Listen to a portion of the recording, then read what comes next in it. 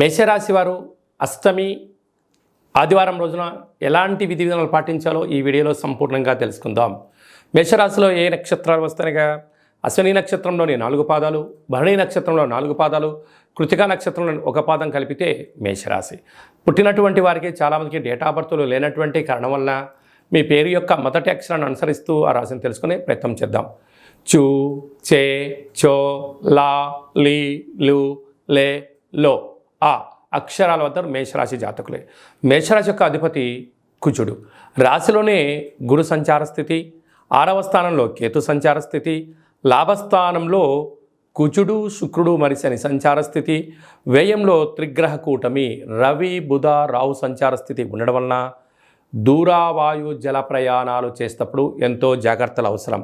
కారణం ఏమిటయ్యానగా వ్యయంలో 3 గ్రహాలు ఉండడం, అందులో తెలుగు సంవత్సరాలలో చివరి పూర్ణిమ కూడా ఇక్కడే ఉండడం కనుక చిన్న చిన్న విషయాలకు ఆందోళన తగదు. పెద్దవారు ఏదని చెప్తే వినడం మంచిది. కనుక ఆయుధాలతో మీ యొక్క ఫోన్ల లావాదేవీలలో కానీ, ఫేస్బుక్లో, వాట్సాప్లో కానీ పోస్టు చేసే విధానంలో ఎంతో జాగ్రత్తలు కూడా అవసరం. కనుక మీ జన్మ నక్షత్రం రోజున అష్టమి పూర్ణిమ తిథులు ఎందున దూరావాయు జల ప్రయాణాలు పెట్టుకోకపోవడం వలన 90% వరకు ప్రమాదాలను నివారించవచ్చు. వీలైతే తెల్లజిల్లేడు వృక్షం దగ్గర దీపాన్ని పెట్టడం, మీ యొక్క గృహంలో ప్రతిరోజు సూర్య నమస్కారం చేసుకోవడము, కాళభైరవ స్వామి యొక్క సేవ చేయడం వలన మీ యొక్క జాతకంలో ఉన్న గ్రహ దోషాలు తొలగిపోతాయని చెప్పి గమనించాలి.